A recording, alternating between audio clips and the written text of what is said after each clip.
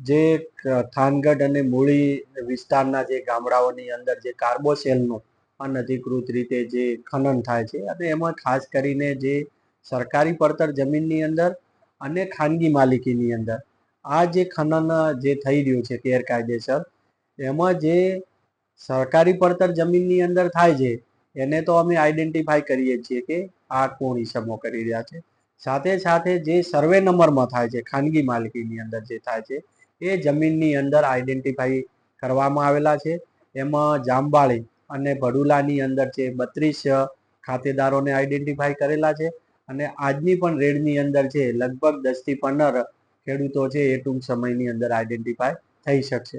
આ તમામે તમામ ખાતેદારોની સામે એક તો અત્યાર સુધી જેટલું પણ ખનન કર્યું છે એ ખનનમાં માટેનો દંડનીય કાર્યવાહી થશે.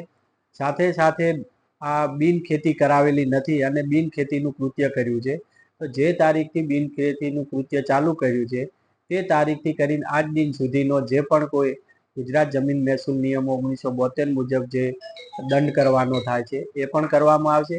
સાથે સાથે જે શરત ભંગ જે થાય છે કે કલેક્ટરની પૂર્વ મંજૂરી વગર આ જે બિનખેતીનું કૃત્ય કરેલું છે તો શરત ભંગના કેસો ચલાવી અને તેઓની જમીન છે શ્રી સરકાર દાખલ કરવામાં આવશે, એટલે કે ખાલસા કરવામાં આવશે. મિત્રો, આવા જ વિડીયો અને શોર્ટ્સ જોવા માટે આજે જ અમારી ન્યૂઝ રૂમ યુટ્યુબ ચેનલને સબસ્ક્રાઇબ કરો.